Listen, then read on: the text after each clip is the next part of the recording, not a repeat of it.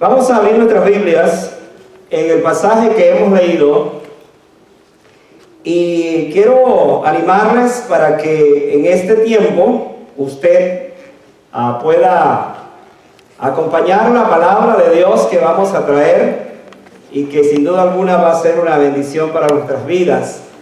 Estamos desarrollando una serie de mensajes sobre la necesidad, la importancia que tiene en nuestras vidas el trabajo que hacemos por aquellos que no conocen a Cristo. Un día alguien nos habló de Cristo. Un día alguien nos encontró herido en el camino, como es el tema que vamos a tratar hoy. Alguien nos habló del amor de Dios. Y ahora usted está aquí porque ese alguien le habló de Cristo. Ahora, ¿qué podemos hacer nosotros los cristianos? ¿Qué podemos hacer nosotros los que hemos conocido al Señor? Sino hacer lo mismo por otros. Y para eso debemos animarnos, estimularnos al trabajo que por supuesto tenemos por delante. No estoy haciéndolo de una manera, diríamos, intencional, el hecho de escoger las parábolas para esto, pero han salido dos parábolas. La semana pasada una parábola quizás no tan conocida, cuando hablé de los amigos, el encuentro de los amigos en la medianoche, ¿verdad? Los amigos que se encuentran en la medianoche, los tres amigos. Y hoy vamos a hablar de un tema que aparece en esta parábola tan conocida, universalmente conocida, como es la parábola de el buen samaritano, ¿verdad? Y encontramos en este pasaje, voy a animarles para que estén allí ubicados en el capítulo 10. Y en ese capítulo encontramos el versículo que dice, vamos a leer el versículo base para nuestro tema, el versículo 29 y en adelante dice: pero él, queriendo justificarse a sí mismo, dijo a Jesús: ¿y quién es mi prójimo? Respondiendo Jesús dijo: un hombre descendía de Jerusalén a Jericó y cayó en manos ¿de quiénes cayó? De ladrones, los cuales le despojaron e hiriéndole se fueron, dejándole medio muerto. Vamos a orar al Señor, vamos a pedir su bendición para esta palabra. Padre, gracias, porque una vez más tu palabra nos anima, nos inspira y nos trae un reto grande en nuestras vidas. Sobre todo cuando vemos esta parábola, al pensar que somos hijos tuyos, que te conocimos. Una vez también el ladrón de la vida nos hirió y estábamos en esa condición, pero vino alguien que nos levantó y nos curó y nos sanó y nos dio no solamente la sanidad, aquella sanidad espiritual, sino que nos dio la vida eterna, la más grande bendición que podemos tener. Ahora, Señor, queremos pedir que tú nos guíes en esta tarde para lo que vamos a estar haciendo con este mensaje, en el nombre de Jesús. Amén. Hace tiempo un predicador llamado Henry Morgenthau, de Londres, contó una historia bien interesante acerca de unos hombres que fueron al zoológico y decidieron hacer una apuesta para ver cuántas ratas podía matar un perro terrier. Creo que por ahí va el nombre.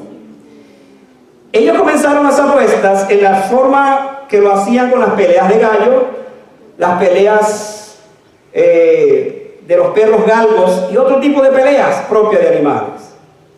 La apuesta la hicieron para ver cuántas ratas podía matar ese perro en un determinado tiempo. Tomaron al perro y lo metieron en una jaula con 25 ratas furiosas. El perro mató unas cuantas ratas, pero no lo suficiente. El amo perdió su dinero y le dio una paliza al perro y lo lanzó cerca de una jaula donde estaba un león, pensando que el león se lo iba a devorar, se lo iba a comer. El viejo león se acercó, miró al pobre perro pisoteado y sangrante, lo olfateó, lo miró puso sus garras sobre él como protegiéndolo. En ese momento apareció el cuidador del zoológico y dijo: ¿quién hizo esto? ¿Quién tiró ese pobre perro en la jaula? Entonces el amo confesó que él lo había hecho porque estaba furioso. Pero él le dijo que por favor le devolviera el perro, le devolviera el perrito. El cuidador actuó como si no lo hubiera escuchado. Y el hombre se volvió agresivo y dijo: quiero que me devuelva el perro, quiero que me devuelva el perro. Entonces el cuidador le dijo: ¿usted quiere que le devuelvan el perro? Sí, quiero que me devuelva el perro. Entonces yo voy a abrir la jaula para que usted vaya y se lo quite. Y usted sabrá cuál va a ser la respuesta del león, si es capaz entonces de quitarle el perro al león. El evangelista que está usando esta parábola o esta comparación aplicó y dijo lo siguiente: nosotros un día estábamos también golpeados, molidos, heridos por Satanás y el pecado, pero el león de la tribu de Judá puso un día sus manos sobre nosotros y nos protegió y nos salvó. Y ahora nosotros, decía el evangelista, pertenecemos o estamos cuidados precisamente por él, porque un día estando en esa condición, él se apiadó de nosotros. Y hoy por hoy, nosotros que estábamos heridos en nuestra condición, fuimos alcanzados por el Salvador.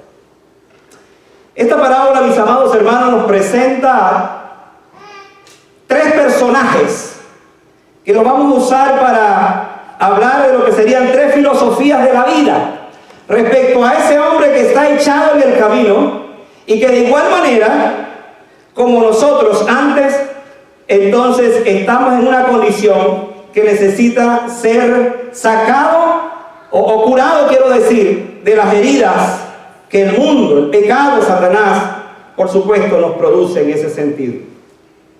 Estamos hablando de un hombre que dice la parábola que descendió de Jerusalén a Jericó. Y aquí nos va a llamar la atención esto porque en las parábolas no siempre se usan los nombres. Por lo tanto, estamos hablando de un hecho que estaba muy latente en la mente de Jesús cuando narra esta parábola, hablando de una localidad, Jerusalén y Jericó. Así que les pido que tengan presten atención a esa explicación que voy a estar dando en esta tarde. Hay tres filosofías que nos muestra este pasaje respecto al hombre que está herido en el camino, que está en esa condición. Y vamos a hablar de la filosofía de los ladrones, de la filosofía de los religiosos, dos de ellos, y por supuesto vamos a hablar de la filosofía del samaritano. Vamos a encontrar que en la primera filosofía, o la filosofía de los ladrones, es aquella que dice: lo tuyo es mío, por lo tanto te lo quitamos. Lo tuyo nos pertenece, por lo tanto te lo quito. Estamos hablando de la filosofía del mundo. Estamos hablando de la filosofía del pecado. Estamos hablando de la filosofía de Satanás. Lo tuyo me pertenece, por lo tanto te lo quito. Vayan a su Biblia y vamos a seguir paso por paso los textos que nos van a dar la explicación a toda esta preciosísima parábola. Tenemos el versículo 30, el versículo 30 del pasaje, que allí entonces nos dice: respondiendo Jesús dijo: un hombre descendía de Jerusalén a Jericó. Vamos a dejarlo allí por ahora. Descendía de Jerusalén a Jericó. Los historiadores hablan que aquel era un camino peligroso, conocido como el camino de sangre, por los continuos asaltos que se daban a los viajeros en ese lugar. Y es interesante que aquel hombre parece haber mostrado resistencia, pues dice que lo despojaron. Ahora, yo quiero que usted me capte para que al final hagamos unas aplicaciones muy interesantes. porque da la impresión de que ellos estaban más interesados en la ropa que en las demás cosas que este hombre tenía. Por eso dice que le despojaron, y el sentido original es de las ropas más que de otra cosa. No sabemos si aquel hombre era un negociante que venía de haber llevado la mercancía y descendía gozoso con lo comprado, con lo que consiguió a casa. Pudo ser un simple obrero que trabajaba también en Jerusalén y descendía solo. El asunto es que el texto dice que descendía de Jerusalén a Jericó. Algunos dicen que a menos que la persona tuviera una urgencia, una gran necesidad, no era prudente haber hecho ese viaje solo, porque era un viaje muy peligroso. Y aquí entonces uno comienza a verle sentido a la parábola. Literalmente él se expuso a un peligro, a un gran riesgo que era innecesario. Es más, algunos recomendaban por lo peligroso del camino que viajaran en caravanas, precisamente para protegerse del enemigo. Pero el texto dice, un hombre descendió de Jericó, de Jerusalén a Jericó, en ese sentido. Así que este hombre fue directamente a exponer su vida en un lugar prohibido, por cuanto iba solo y por supuesto presa de ese mundo de maldad que estaba representado en ese camino incierto. Mis amados hermanos, esta es la realidad del hombre sin Dios. Anda en un camino incierto, un camino inseguro y un camino peligroso. Ha decidido caminar solo en la vida. Ha decidido andar en esa condición, mas no ha buscado a alguien que pueda acompañarle, que le pueda ayudar en su caminar cotidiano. Y así ha vivido todo el tiempo y se ha envuelto entonces en un camino peligroso, camino que nos va a mostrar el mismo texto, porque dice que luego cayó en manos de ladrones. Vean el texto, dice el versículo 30 que estamos leyendo, nos muestra esa verdad, ese aspecto. Y cayó en manos de ¿quién? De ladrones. Cayó en manos de ladrones. Subraya esa frase porque es importante también analizarla. Hermano, quiero decir que cualquier otra mano será placentera, pero caer en manos de ladrones, le aseguro que son manos que no acarician, que no abrazan, que no nos dan consejos. Son manos peligrosas, son manos que tienen un propósito, son manos que vienen para acabar y destruir nuestras vidas. Las manos de esos hombres están llenas de sangre. Nada bueno podrá esperarse de esas manos, ni aun aquellos que tienen las mejores intenciones. Usted sabe que hay ladrones que tienen buenas intenciones en medio de las cosas que hacen. Hace muchos años atrás, cuando yo pastoreaba en la ciudad de Caracas, mi país, Venezuela, acostumbraba, por supuesto, a irme los miércoles que teníamos nuestro culto, antes para preparar, pues, y estar allí listo para el estudio bíblico y la oración. Como suele suceder, los pastores pues siempre tenemos aquella disposición de hablar con la gente, especialmente la gente cuando nos busca por alguna necesidad. Y llegó un muchacho muy bien vestido, muy fino, muy elegante. Pero yo sí noté que al principio él tenía una chaqueta y la tenía en la mano, y él tenía así la mano como cubierta. Sin embargo, yo no sospeché absolutamente nada. Y comencé a hablar con él. Y lo comencé a evangelizar. Y comenzamos a interactuar. Y hasta me dijo, ¿sabe qué, pastor? Cuando yo era muchacho, yo venía a la iglesia. No sé si era esa o a otra. Yo venía a la iglesia. Y me gustaba mucho. Pero muchas cosas pasaron en mi vida y bueno. Y me comenzó a hablar y yo me estaba entusiasmado y estaba predicando y predicando. De repente el muchacho se quita la chaqueta y saca una pistola. Y me dice, pastor, esto es un atraco. ¿What? Sí, esto es un atraco. Entonces, pero lo que quiero decirle es que el ladrón era un buen ladrón. En el sentido de que era muy amable, estábamos hablando, y yo no quería creer el asunto, pero había una pistola ahí, ¿no? Me dice, pastor, este es un atraco. Y le quiero decir algo, me dijo. Me previno, me dijo, yo salí hoy a matar o a que me mataran. Cuando él me dice eso, la cosa es más en serio. Entonces me dijo, yo reconozco que lo que voy a hacer no está bien hecho. pero usted tiene que darme todo lo que tiene. Entonces, cuando vi que el asunto era serio, me dijo, deme su anillo, el anillo del matrimonio, y las otras cosas que tenía allí. Yo le dije, pero mira, ¿por qué el anillo? Porque necesito el anillo. Es más, me dijo, lo voy a empeñar y se lo voy a devolver después. Ahora imagínense una conversación entre un ladrón, pero muy amablemente. Al final me dijo, pastor, yo lo siento robarlo, pero necesito eso. Mi hija está muriendo. Y yo dije, bueno, mira, pues ni modo, ¿no? Si tienes que llevártelo, te lo llevas. El asunto es que el ladrón me robó tranquilamente, lo evangelicé. Yo no sé si finalmente se convirtió al Señor. Y en ese momento sucedieron varias cosas. Bueno, lo que sucedió es que al final yo me di cuenta que me robaron. Pero de una manera tan buena, ¿no?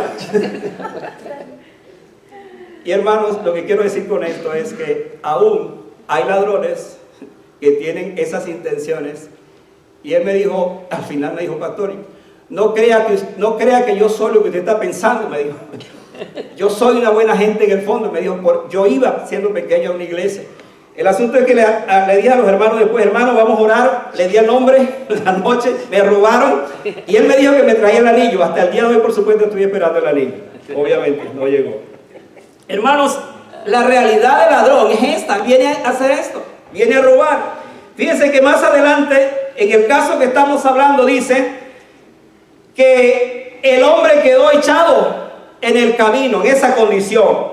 Por cierto, Jesucristo había dicho, o dijo en alguna oportunidad, que el ladrón no viene sino ¿para qué? Para hacer tres cosas: matar, hurtar y destruir. Esa es la misión del ladrón. El ladrón, hermano, no viene a tocar su puerta para ofrecerle un seguro social o un seguro de vida. No viene para ofrecerle las buenas nuevas de salvación. No le toca la puerta para decirle que él viene a ofrecerle un producto para que usted mejore su vida. El ladrón viene para matar, hurtar y destruir. Y esta parábola nos muestra eso, porque el texto dice, el mismo versículo 30, hiriéndole se fueron, dejándole medio muerto. Ahora, yo quiero que allí comenzamos a ver una aplicación que va a ser muy interesante. El ladrón siempre es cobarde y huye. Nunca se queda. No le importa la víctima. Simplemente lo que quiere es sus pertenencias. Por lo tanto, no importa si hasta le matan en ese sentido. Nosotros sabemos, si yo continuamente estoy escuchando noticias, para ser más específico de mi país, de cómo una persona puede matar a otra por un par de zapatos, por ejemplo, o por un teléfono. Eso es natural. Eso es normal ya en nuestros países. Y hermanos, porque el ladrón lo que busca es las pertenencias. Por eso dice, lo tuyo me pertenece, por eso te lo quito. Esa es la filosofía del ladrón.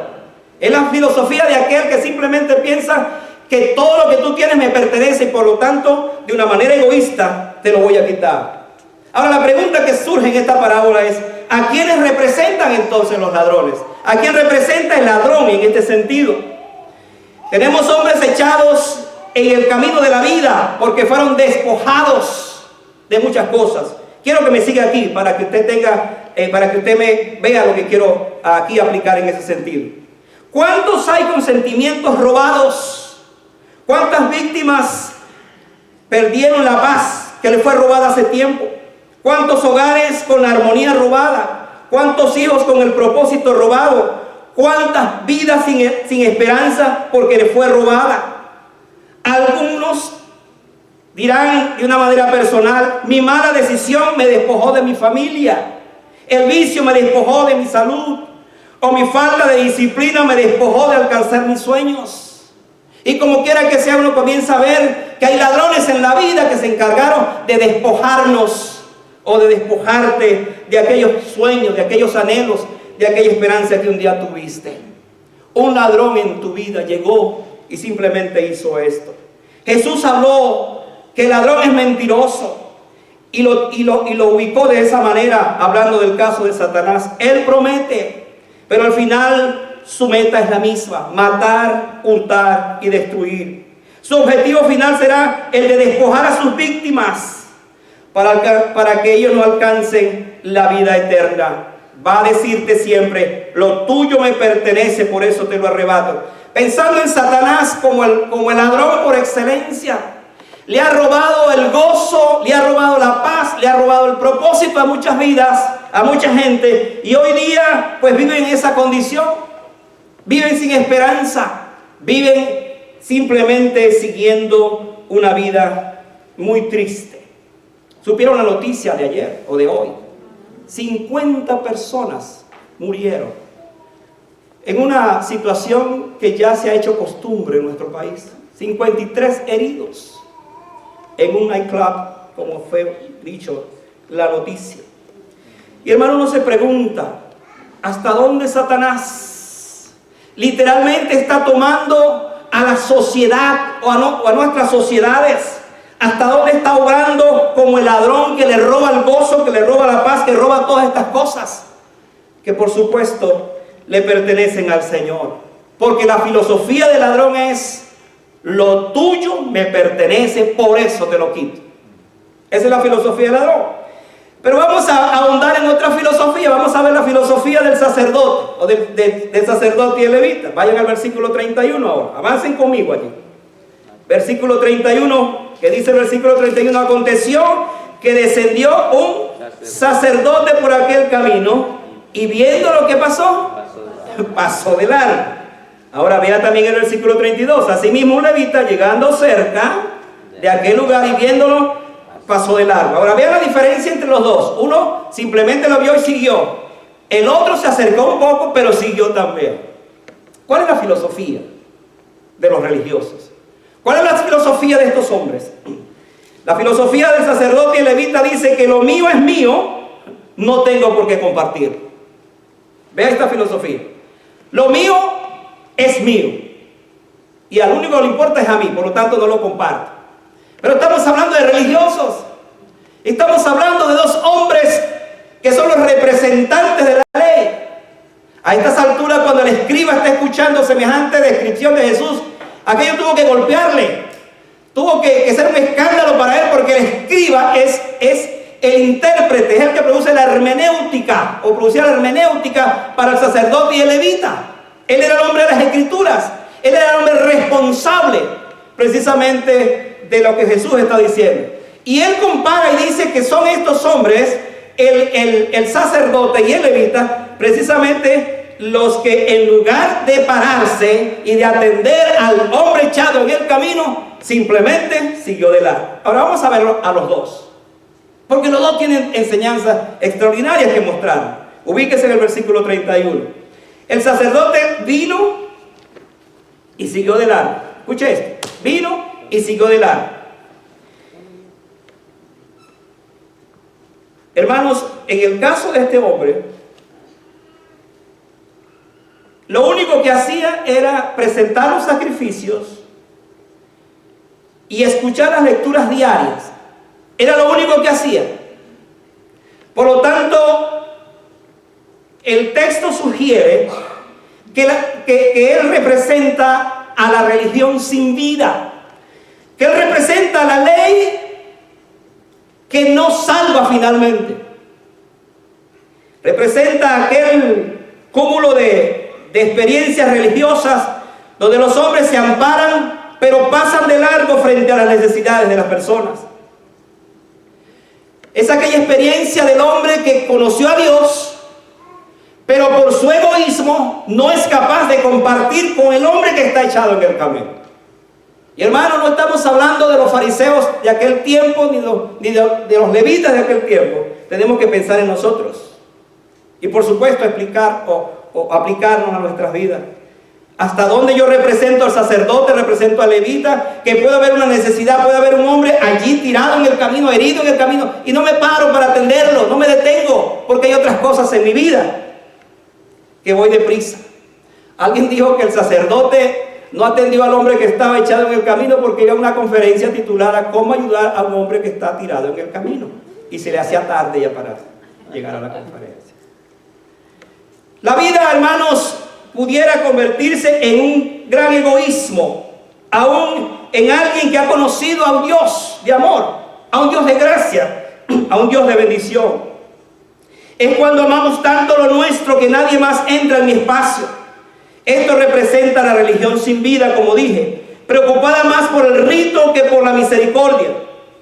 Muchos ven la necesidad, pero pasan de largo. Ahora, lo triste es que un cristiano vea a un hombre echado en el camino y pasa de largo. ¿Qué pasó con su vida? Él un día también estaba en esa condición. ¿Cómo puedo pasar de largo si hay alguien que me está pidiendo que lo ayude? Si hay alguien que está herido, si hay alguien que está en esa condición. Pero es la filosofía de la vida y que muchas veces nosotros, sin darnos cuenta, podemos pasar de largo aún viendo una necesidad. Ahora, ¿qué pasó con el levita? Vea el versículo 32. Dice que se acercó. Entonces este hizo algo más, se acercó. Pero ¿qué pasó también? Siguió de largo. Siguió de largo. Un levita, al igual que un sacerdote, hermano, no podía tocar un cadáver. Esta es parte de la situación. No podía contaminarse. Oh, qué distinto nuestro Señor Jesucristo, que tocó al leproso. Siendo el maestro de maestros, tocó a los leprosos. Tocó a lo que era inmundo. La actitud del levita representa a aquellos que se acercan. Quizás son conmovidos allí de alguna otra manera, pero carecen de mensaje. No tienen un mensaje que convenza y siguen de largo. Prefieren seguir de largo. Y esa es la experiencia muchas veces de nosotros en las circunstancias cuando vemos a alguien que me necesita y que está allí, que el Señor me lo ha puesto, pero ni siquiera le digo, ni siquiera le hablo del amor de Dios, ni siquiera le digo que soy cristiano, ni siquiera me identifico con Él. Esta parábola nos golpea, nos habla, nos toca. Porque cuánta gente está tan cerca de nosotros. Y nosotros en efecto nos acercamos a ellos. Pero al final pasamos de largo también. ¿Saben lo que sucede cuando pasamos de largo? ¿Saben lo que puede suceder cuando pasamos de largo con una persona? Suceden dos cosas. O esa persona muere sin Cristo en ese momento, o en cualquier otro momento, o esa persona lo agarra otro grupo, otra religión, y lo confunde. Y nosotros tuvimos la bendición o la oportunidad de que esa persona conociera el amor real, el amor de Cristo, pero pasamos de largo por alguna indiferencia que haya en nuestra vida. Hay un hombre echado en el camino. El pasar de largo pudiera ser la más cruel e indiferencia en nuestra vida, porque el Señor nos convoca, nos manda para que veamos a esa persona que está en esa condición. El hombre herido del camino, debemos atenderlo. Para atenderlo yo tengo que dejar de atenderme más a mí mismo. Yo tengo que desprenderme de mí mismo, de mi egoísmo muchas veces, para que ese hombre que está tendido en el camino, entonces yo pueda dedicarme a él. Porque soy el responsable precisamente de que esa persona conozca del verdadero amor. La Biblia dice que un escriba se acercó a Jesús. Le hizo la pregunta: ¿quién es mi prójimo? Jesús relata esta parábola como queriéndole decir: esa persona que está allí cerca de ti es tu prójimo y a él debes atender. Pero hay una tercera filosofía en este pasaje. Por supuesto, nos referimos a la filosofía del buen samaritano o del samaritano. ¿Qué dice esta filosofía? La filosofía del samaritano dice que lo mío también es tuyo, por lo tanto lo comparto. Ahora vea la diferencia en las tres filosofías. La primera dice: lo tuyo me pertenece y te lo quito. La segunda dice: lo mío es mío, no tengo por qué compartirlo. Ahora esta filosofía dice: lo que yo tengo también es tuyo. Es la filosofía que dice: yo he sido bendecido con tantas cosas en mi vida que no puedo retenerlas, no puedo quedarme con ellas. Les voy a invitar para que en estos próximos minutos me siga, porque hay 4 formas de evangelizar que nos presenta este texto. 4 maneras que despiertan en nuestra vida lo que debe ser una evangelización sincera. Versículo 33. Vea lo que dice el versículo 33. Pero un samaritano que iba de camino vino, ¿qué dice? Cerca de él, y viendo lo que pasó, fue movido a misericordia. Ahora, retroceda un poquito. Y al comparar a los religiosos, nosotros nos damos cuenta que ellos lo vieron, pero no fueron movidos a misericordia. La primera cosa que hace la evangelización es que nos mueve a misericordia. Hermano, la compasión del samaritano le hace cambiar de planes. Es posible que había preparado un viaje con comida, bebida y dinero. Ahora todo eso es usado para lo que él jamás se imaginaba. Hay un hombre herido en el camino y él es movido en su compasión por él. Nadie podrá ayudar a otra persona hasta que no sea movido a misericordia. Escuche esto. Nadie podrá sentir algo por alguien hasta que él en sus entrañas no sea movido a misericordia. Y yo creo que esta es la esencia de la evangelización. Primero yo debo sentir pasión y misericordia. Debo ser movido, porque de lo contrario no habrá entonces deseo en mi vida para compartir la palabra del Señor. Solo un corazón tocado por la miseria de otro podrá ser movido hasta descender con el que padece. Eso lo hizo Jesús por nosotros. Amar con los ojos y con los sentimientos. Amar no de labios, sino de hechos. La evangelización comienza en el corazón y el Espíritu Santo termina haciendo la obra.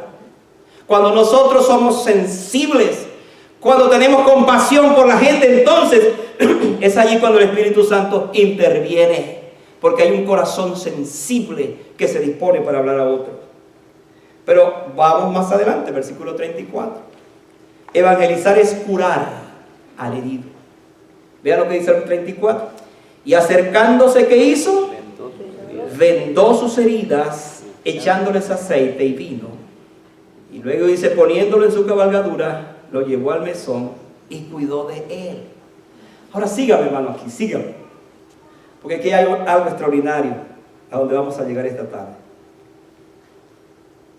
La evangelización involucra un riesgo, pues es acercarse al herido. Eso es un riesgo. Hay que tomar riesgo. Hermano, y lo último que queremos nosotros es tomar riesgos. No tomamos riesgos. Hay gente que está necesitada, pero por cualquier situación, sea por temor, sea por miedo, por vergüenza, lo que sea, no tomamos riesgos. Y hay que tomar riesgo. Hay que romper barreras. Hay que curar, hermano. El aceite y el vino eran medicamentos usados en la antigüedad para sanar las heridas.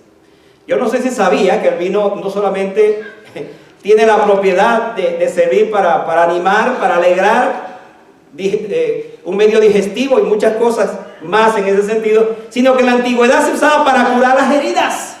Y dicen los especialistas en eso que cuando la persona tenía esa herida allí bien fuerte, le echaban el vino. Y es un dolor muy grande, pero era rápido, muy fuerte, pero inmediatamente se curaba.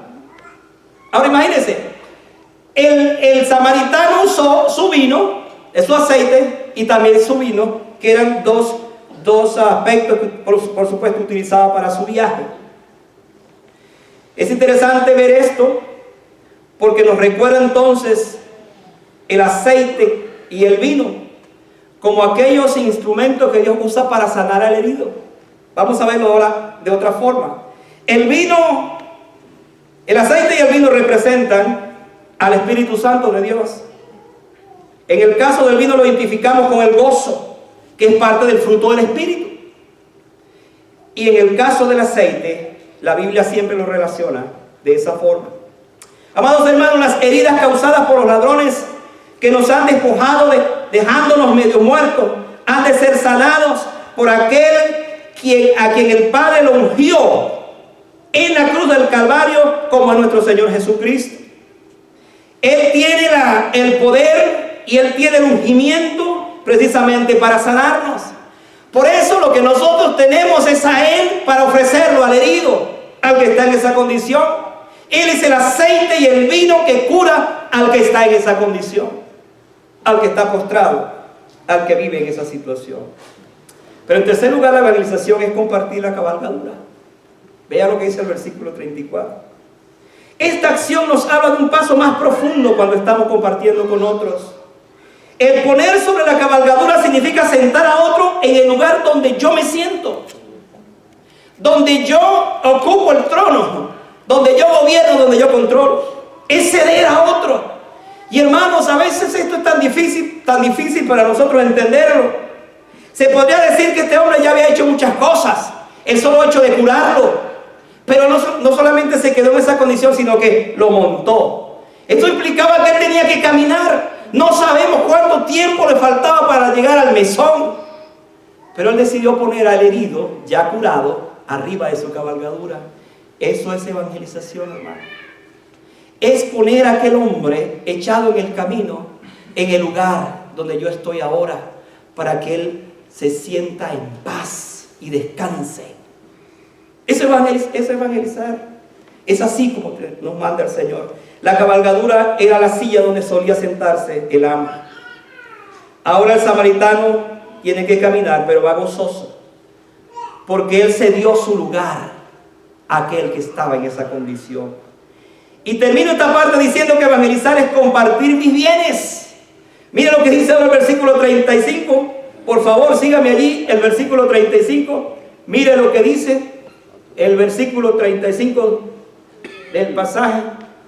Otro día, al partir, sacó 2 denarios. Ahora, subraya el denarios y ponga que denario era el equivalente a 3 días de sostenimiento.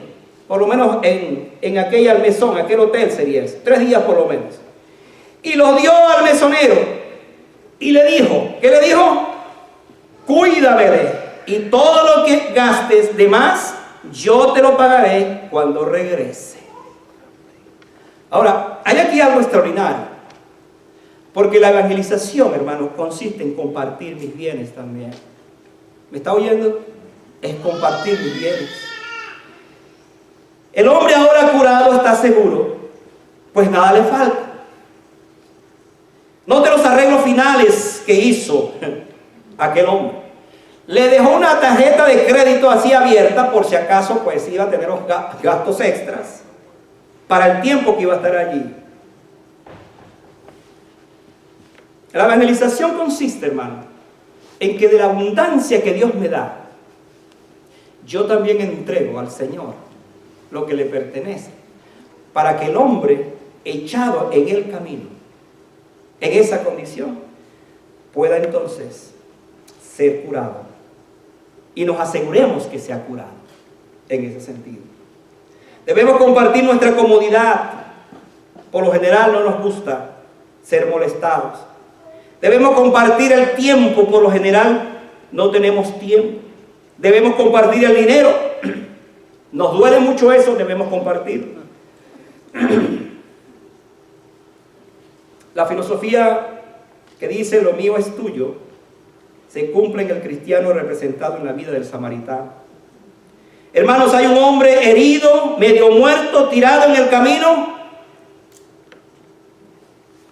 y él se detiene para tocarlo, para sanarlo y para cuidarlo. Escuche las 3 cosas que hizo: tocarlo, sanarlo y cuidarlo. Esa es la evangelización completa. Es el trabajo de discipulado y de envolverlo hasta que ese creyente camine solo y siga adelante. Y yo tenga el gozo de ver que conoció al Señor y Él sigue adelante en su vida. Porque un día Dios me usó para levantar a ese hombre que estaba en esa condición, y ahora ese hombre o esa mujer o ese hogar es feliz porque fueron alcanzados por un samaritano que hizo todo esto. Esta filosofía de la vida también nos presenta la filosofía del herido. ¿Cuál es la filosofía del herido? La filosofía del herido dice: mi vida me pertenece y debe ser respetada. Yo fui creado por Dios. Yo merezco dignidad. Yo tengo un Dios que me dio la vida. Nadie tiene derecho a quitármela. Él es el único que tendrá derecho a quitármela. Ahora, yo quiero que usted vaya conmigo para que veamos la esencia de la parábola. Vamos ahora como que a profundizar en la parábola bajo una perspectiva diferente para que lleguemos a la filosofía de Cristo. para que salgamos de la filosofía de los ladrones, de los religiosos, del samaritano y del mismo herido, y vayamos a la filosofía por excelencia, que es la filosofía de Cristo.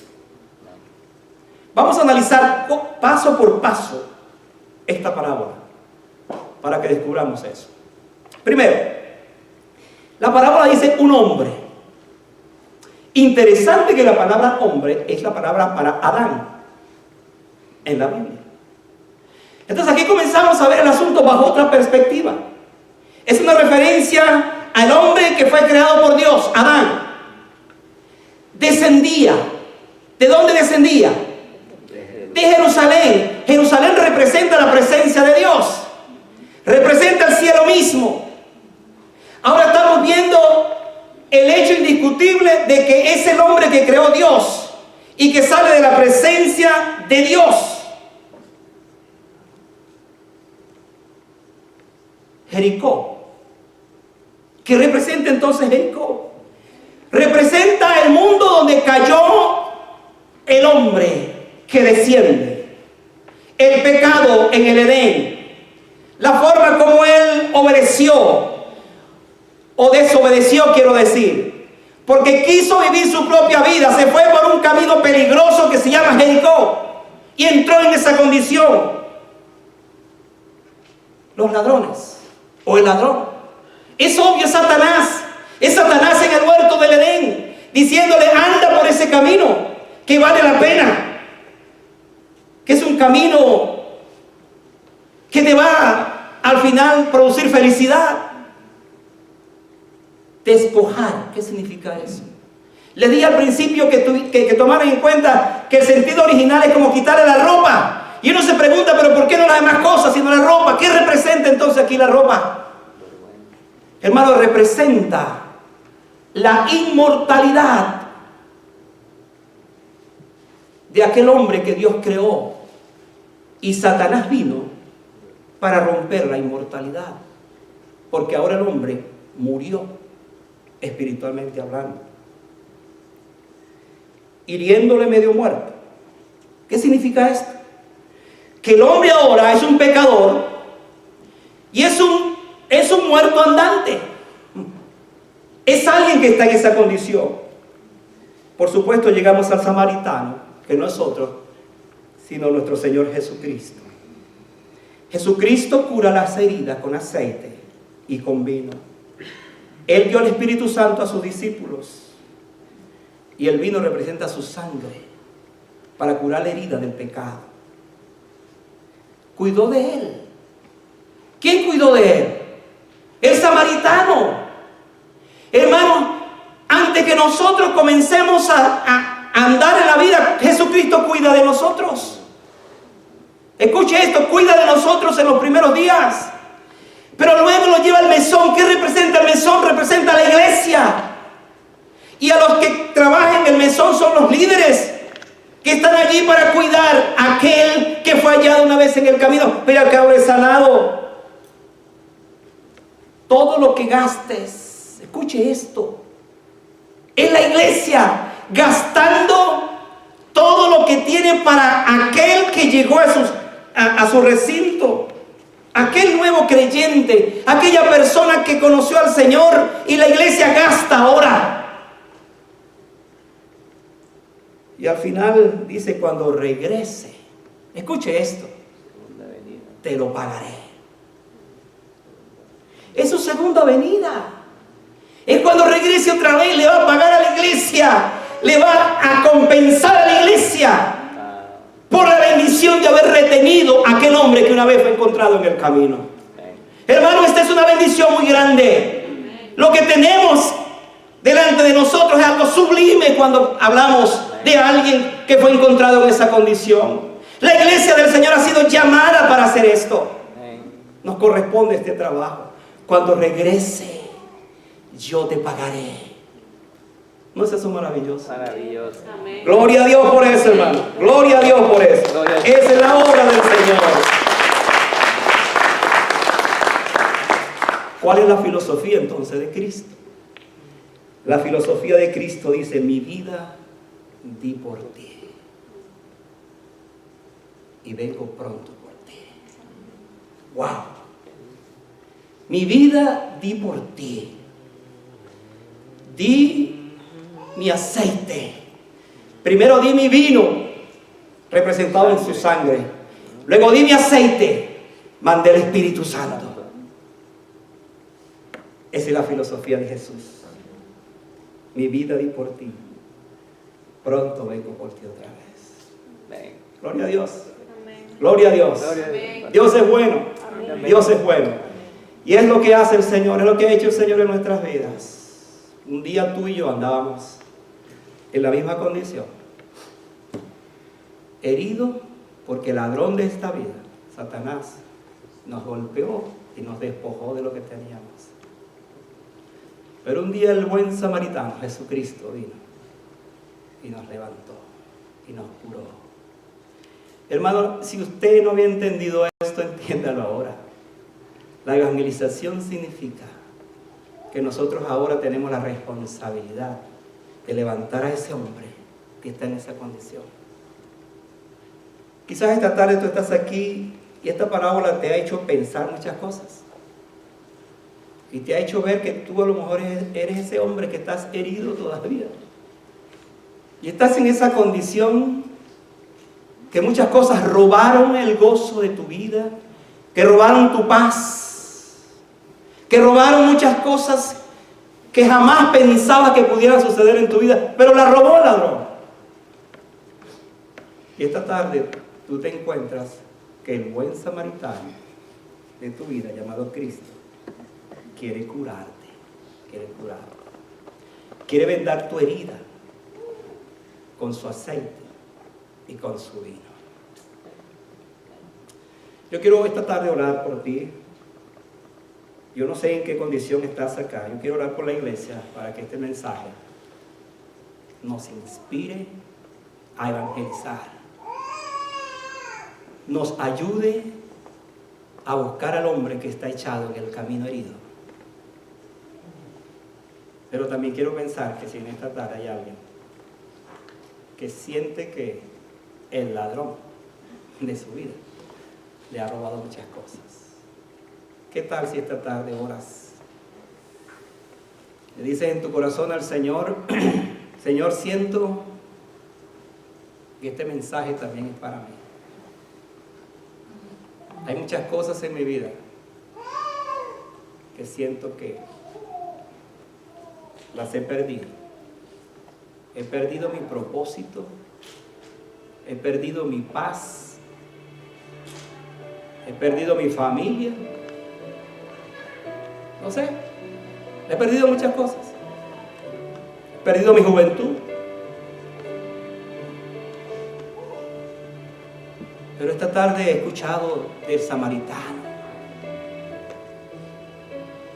samaritano que lleva al mesón, al que ahora, o el que estuvo herido, y lo ha dejado en manos del mesón y sus ayudantes para que lo cuiden. Tú estás aquí, has llegado a este lugar, estás en la iglesia. Quiero decirte que esta iglesia está abierta para ser ese mesón, para cuidarte. Esta iglesia es ese lugar donde anhelamos que tú encuentres esa paz, que tú te encuentres con el Señor y que tú puedas rendirle tu corazón al Señor y tú te dejes pastorear por el Señor. Aún si eres creyente y no has entendido la importancia que tiene el mesón, no te alejes más del mesón de la iglesia. Queremos, con todas nuestras imperfecciones, cuidarte, protegerte, pastorearte.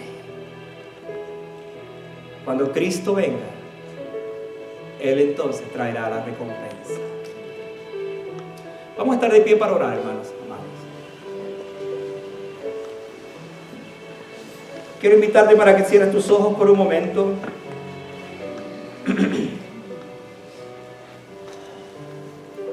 En la quietud de tu corazón hay muchas preguntas esta tarde seguramente. Hay preguntas que te estás haciendo ahora mismo. ¿Por qué llegué a esta condición en mi vida? ¿Qué pasó con mi vida? Pero he oído un mensaje de esperanza. No importa cuán herido esté, Señor. No importa cuán profunda sea mi herida. Hay un aceite y un vino que me cura, que me sana, que me levanta. Yo no tengo por qué permanecer para siempre echado en el camino herido. Yo puedo ser un hombre y una mujer de Dios. Yo puedo ser distinto. Si caigo, no, ya caí en manos de los ladrones, pero ahora quiero caer en manos de mi Cristo, que son las manos que me tocan, que me cuidan, que me protegen, que me acarician y que me levantan. Ninguna mano como la de Él, ningún aceite como el de Él, ningún vino como el de Él.